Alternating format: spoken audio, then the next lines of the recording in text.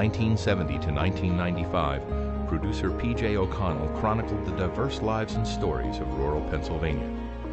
Immersing himself in the world of his subjects, P.J. tirelessly documented the extraordinary complexity of ordinary lives.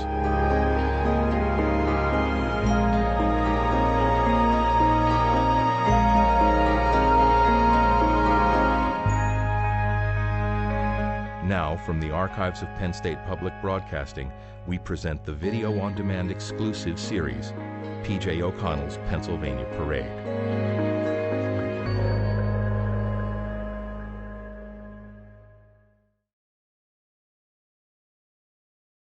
The character is a female in her mid-teens, optimistic yet serious, and she's kind of like an ordinary teenager.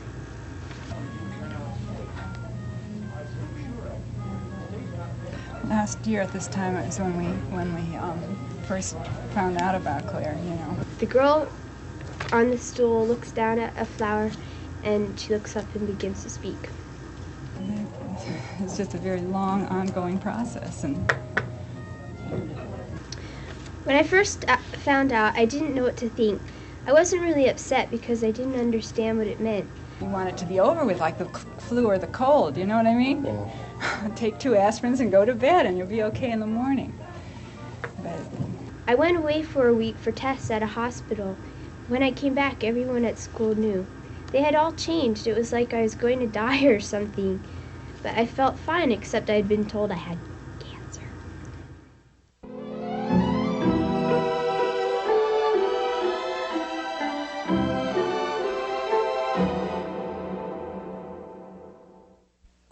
Okay, my dear. Tell me who you are. I'm Claire Snetzinger. My stage name is Sierra Cienfuegos, and I'm 15 years old, and I go to the alternative program. We had a meeting, and I announced that there was this. That's doing something. Yeah, it is. I think I got something. I don't know. Well, it's been the best and the worst year of my life in a lot of ways. It's getting more interesting as you play with it. The worst because it's the hardest thing I ever had to go through, but the best because when things wonderful happen, it was a lot more wonderful in the contrast, I guess. Don't get discouraged.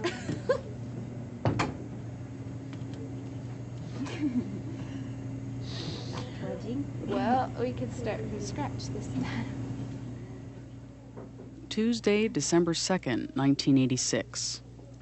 Claire Snetzinger attends the State College School District's Alternative Program, a program for students who want a personalized curriculum.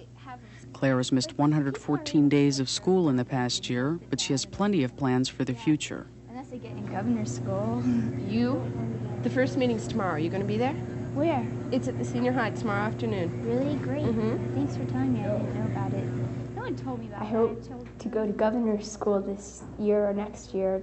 It's something that I've always wanted to go to. It's a school for it's kind of like fame, only it's like, it's paid by the government and you have to audition to get in. It's not really like fame. They don't have like corny endings, but. Do you have your portfolio started at all?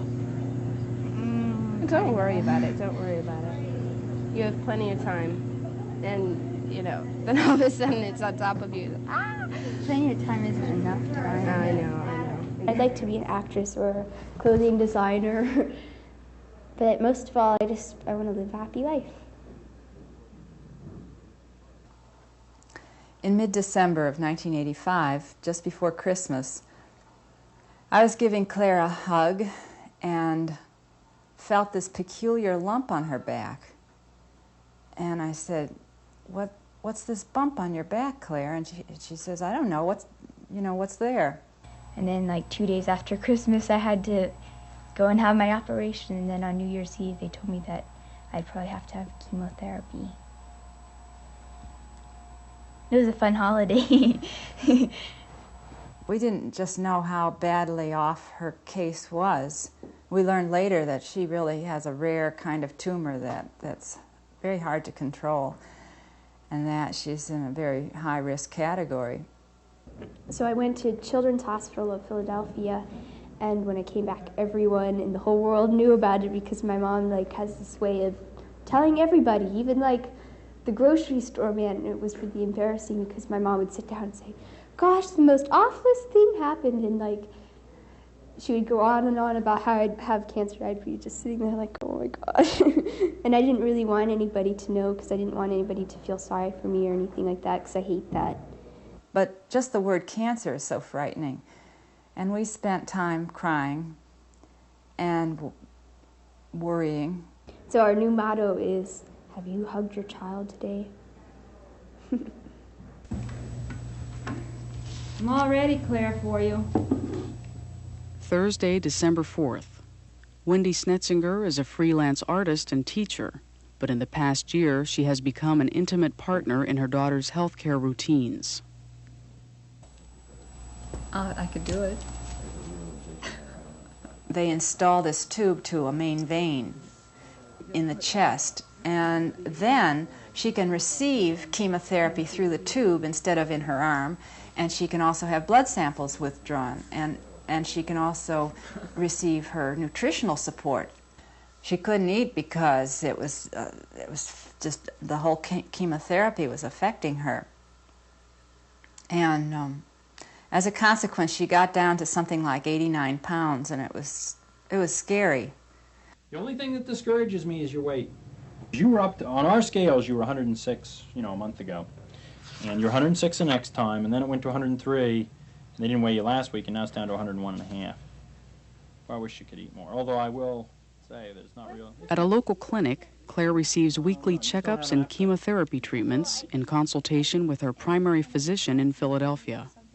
Something, I don't feel like dropping everything, walk 5 blocks to the Uni Mart because it's time to eat. It's boring, you know.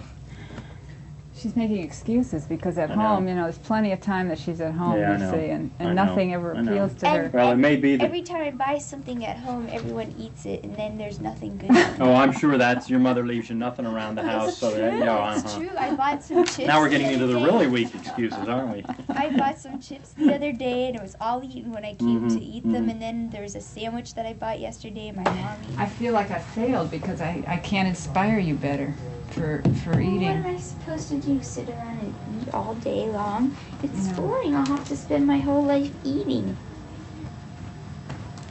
For a while, you have to do that. You have to concentrate on it just like it's a job, Your job is to eat and get healthy. I'm going to sleep, okay? Going to go to sleep? I forgot my book. Chemotherapy is a very debilitating experience when it's given in the kind of doses that Claire has received. She got so that she couldn't even hear the word chemotherapy without becoming nauseated. I mean, she would be so sick, she would be vomiting 10, 12 times a day and night for 3 weeks. That evening, the Snetzinger family has a guest for dinner, but Claire has not reacted well to the day's chemotherapy. Glad you're feeling better tonight, Claire. You're getting some hair. Yes. When I saw you in the hospital, you didn't have any hair. None.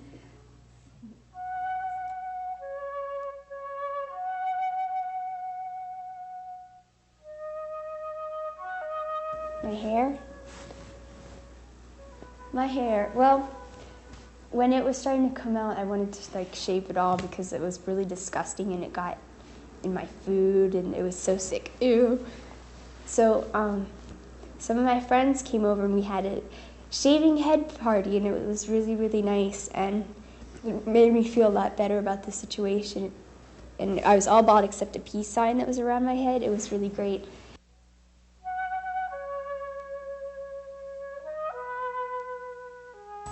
That didn't really bother me because I have friends who shave their heads off just for the fun of it, and it didn't really bother me that much. That was the least of my bothers. I don't know, somewhere we went wrong. Claire's father is a professor of entomology, and her sister is a graphics and interior designer. Then my sister came for the first few weeks of radiation, and that was fun because it was just her and I. We were having loads of fun. My dad was wonderful. He took care of my dog and everything, and it was nice because the first week when I went to Philadelphia, he was there, and it was reassuring to me because he wasn't like my mom would have been. Oh my goodness, look at all these tests, or I don't know. And so, Dad, why do you always make, I mean, you're a wonderful cook, but why do you always make the best possible things that I love most on the days that I can't eat? He's got to work out his schedule a little better. To, you know, to get your health back faster and your appetite back faster. That's the whole strategy. Good night. See you Christmas. In August, she went to get chemotherapy, and they found that she had a tumor on her lung that appeared to be cancerous.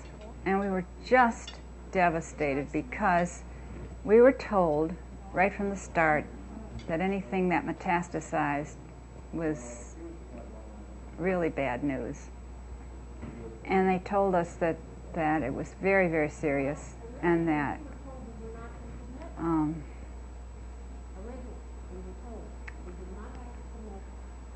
that she might not have long to live. Thursday, December 11th. The Ronald McDonald House, Philadelphia, Pennsylvania. These volunteers are ladies who are wonderful for crying on their shoulders. She wanted to know when we ever... on your shoulder too all the time. So She wanted to know if I ever let my hair down and cry, and I said, yes, these, we do. These are the ladies we do it with. We do. These are the Yoshiokas. Do you remember? The Ronald McDonald House is a low-cost residence for families whose children are receiving treatment at nearby hospitals. Claire and Wendy have spent 136 days there in the past year. The manager of the Ronald McDonald House, Judy Bloor, has hosted thousands of families as their children have gone through treatment. It affects everybody. Yeah. It's not a person with a tumor, it's a family, and it affects everybody. It affects jobs, fathers. Fathers seem to view themselves as the protector and the provider. And here's a situation that they can't protect against, and they haven't provided for, and they can't do anything about. It's just a radical, hurtful thing for a dad, and some men can't stand it and run away. And they do, they really do. And then the moms, this is the baby, part of their body, you know it. And the mothers have to do the bedside duty and just stand hours on hours on hours by while they watch the child in pain. Oh my God, I don't think I've ever, have you ever had a chest tube? Oh my God. Like when they pulled it out. Oh, I've never been in so much pain. Yeah. But there were other children who were in chemotherapy, and so they sort of, the kids would get together and it would be like a club. I mean, all the dome heads would laugh and play cards, and when they were up to it, in between having the vomit bucket ready, and they just would sit around and laugh and be teenagers, albeit strange looking. Most 14-year-olds don't come in face-to-face contact with people who die. And during this past year, we've known something like 13 people who have died. The first one, of course, was one of the hardest. He was a young boy, he was 19 years old, who had leukemia. Skipper. And he had a lot of energy and a lot of kind of joie de vivre. And one day he had a nosebleed that wouldn't stop. And we knew things were really bad, and shortly thereafter he was put back in the hospital, where we saw him daily until he died. We saw him decline slowly. And he did die. And we won't forget Skipper.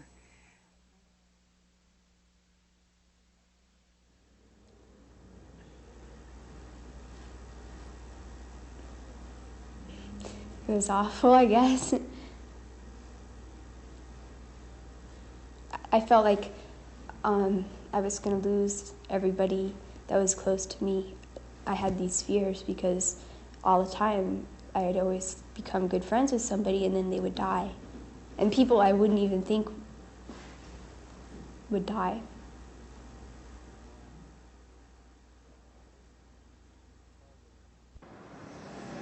The Children's Hospital of Philadelphia. That's better than my home scale. Tell that to the doctor, not mine. Claire's afternoon will be taken up with laboratory tests, an examination by her physician, possibly x-rays of her tumor sites, and her weekly chemotherapy. At the horse show? Right, the horse show. But, Wendy's afternoon will be spent waiting for Claire. So we lost some of the people on Saturday, but it really didn't hurt us. We still made probably close to $30,000. And so they were pretty satisfied with that? Yeah. When I think of the humongous costs that Claire has just gone through in 1 year for just one person, $30,000 now seems like a drop in the bucket. Well, $30,000 does go a long way to helping some of our research. The costs are so unbelievable. Our insurance went up to $250,000 lifetime coverage, and we used that up in 10 months with Claire's illness. So I can't get sick anymore. I can't because I don't want to run over the amount that we're allowed to use. At first, $250,000, $250,000 sounds like, oh, there's no way you'd ever be, likely to use that, and most people wouldn't. But then again, something comes up like this, and you'd just be amazed at how quickly it can go. And they worry, while it's still in the realm of the possible to pay it back. But there's a line beyond which it's just unfathomable, and so they stop worrying. When it reaches the hundreds of thousands or millions of dollars, they know they can't cope with this. They know they're going to be paying the rest of their life. It's not going to change, so they don't worry anymore. Last Christmas was terrible because that's when she was first diagnosed with her cancer. So this year is going to be nice. Well, we have hopes that she doesn't have any more tumors and everything will be fine. It was a good Thanksgiving, I can tell you that, because of our positive. We just have high hopes now. Now we'll just have a nice Christmas and not worry about health problems at all. Oh, I'm gonna have to. I saw your husband a few minutes ago. How are you? Nice to see you. What? Oh. And it's fine. We had the early test done. It's fine. It doesn't have the same. No, this person has 3 children who are critically ill. In fact, one of them has died, one is almost going to die, and the other one is being treated now. It just makes you so grateful to know that, you could be worse off than you are. You must be really suffering in your household, too. Not really. I mean, he is still a going concern, and that sort of keeps us all buoyed up. Yeah, we've got 3 Christmas trees already, and making up for last year, because last year, of course, we spent Christmas here, and we didn't get a Christmas, so we're making up for it this year. That's true. On my examination today, everything's fine. The main things I was looking for today is certainly to evaluate her nutritional status overall, body fat. Claire's primary physician, Dr. Albert Cornelius, is an oncologist, a specialist in the treatment of childhood cancers.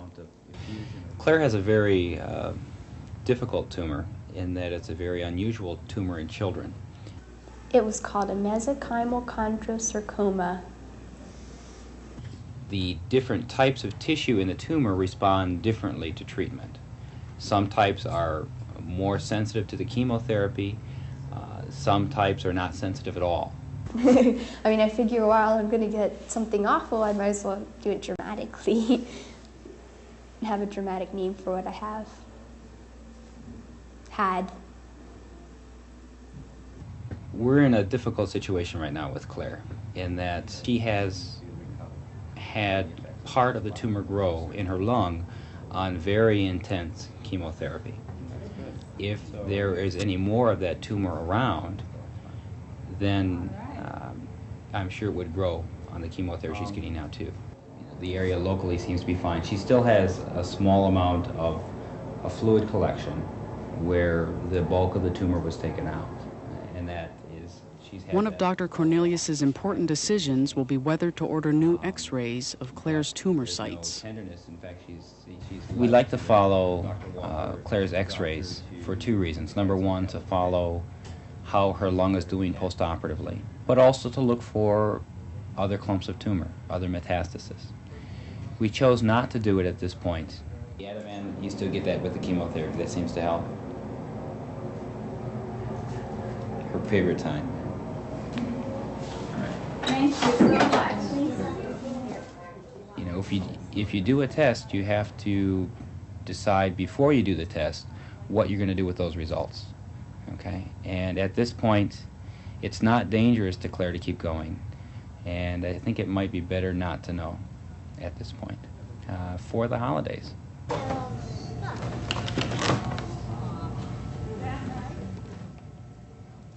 That would make 2 Christmases in a row that this family has had to deal with problems. And things are finally getting back to normal a little bit. And you know, do I really have the right to spoil that for them as long as it's not emergent? So that's why we didn't do it.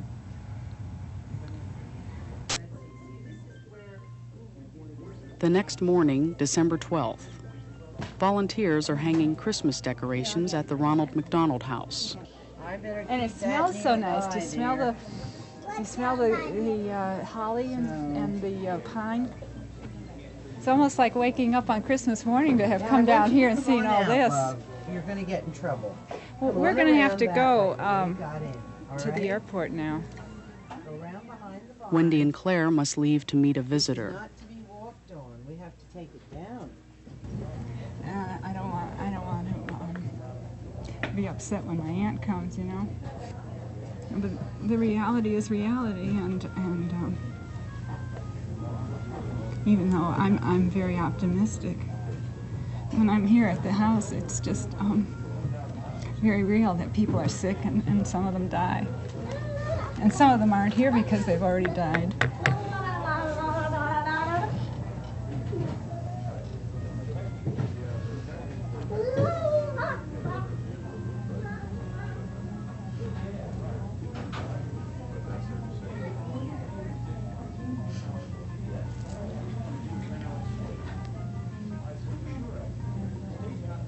Last year at this time, it was when we first found out about Claire, you know, her illness.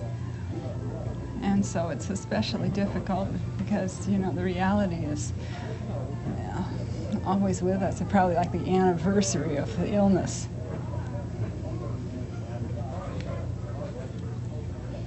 And even though we try and be very positive and optimistic still, and yet, you know, it's very real, and recurrences happen, and you want it to be over with, like the flu or the cold, you know what I mean? Yeah. Take 2 aspirins and go to bed and you'll be okay in the morning. But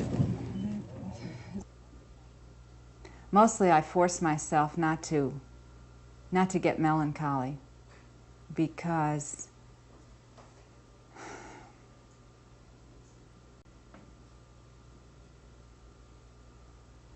it just makes you feel miserable. it's like a revolutionary. Revolutionary? You know, with your hair like from Central America. I was trying to look conservative for you. That's not conservative.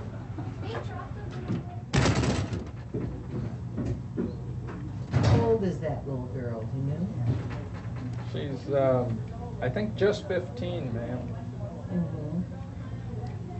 Well, once I locked a nurse out of my room. This nurse kept coming in. Oh, it's 8 in the morning. Time to eat your breakfast. I don't want to eat hospital food. And she kept coming in for like the stupidest reason. Sunday, December 21st. She couldn't wait a youth an hour group until I at woke Claire's up, church. so I locked the door. You know, we're talking about Claire has cancer.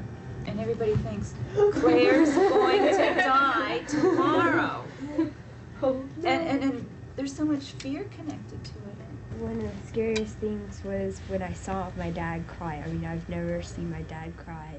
But then when I think she grew from the experience. She got a look at a side of life and at people that she never would have had the opportunity to have done. And it was a maturing process for her. Give that some thought, you know. Oh, she's talking about dying. No, give it some thought. How do you want to live? And when it's time, how do you want to die? That was hard for my mom too, because when I would say that, she'd say, oh my God, don't say that, because I was just saying, you know. But that was hard for my mom when I talked about it openly. Was it hard for you to talk about it? No, I just wanted it done the way I wanted it done.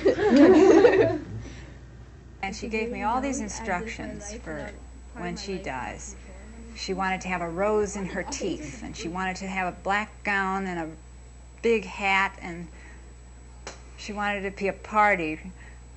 So, although it was funny, humorous the way she had it all planned out, it was heartbreaking to me to think about. It was agonizing.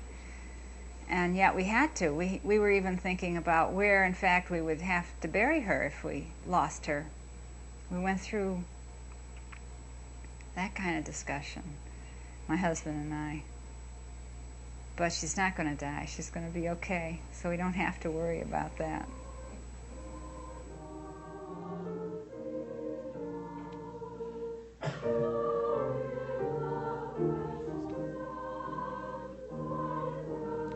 Christmas Eve.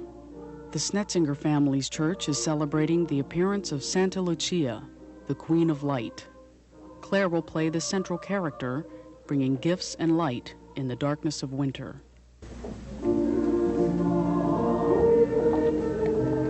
I'd like to be an actress or a clothing designer, but most of all, I want to live a happy life.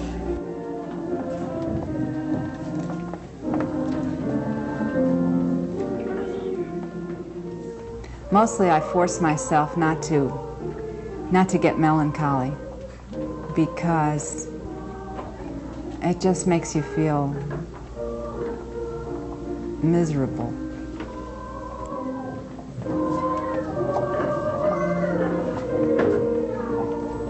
When is it over? When is it over? It's over. Not until it's over. I think every parent, more than the child, but every parent will spend the rest of that child's life and the rest of the parent's life wondering what might happen next. I mean, it has an effect that goes on forever. On the other hand, you can, in 4 or 5 years, you can start to put it on the back burner anyway and carry on.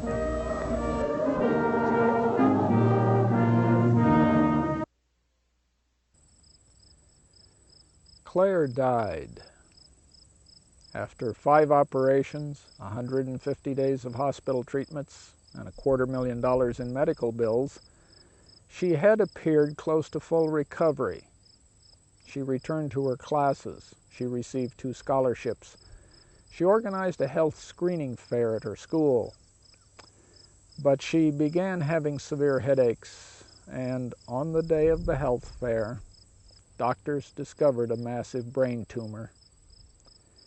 In 4 days, it was over. Claire Snetzinger was 17. Teen life, hell, all life, is sometimes tough. Claire was tough. For the Pennsylvania Parade, I'm P.J. O'Connell.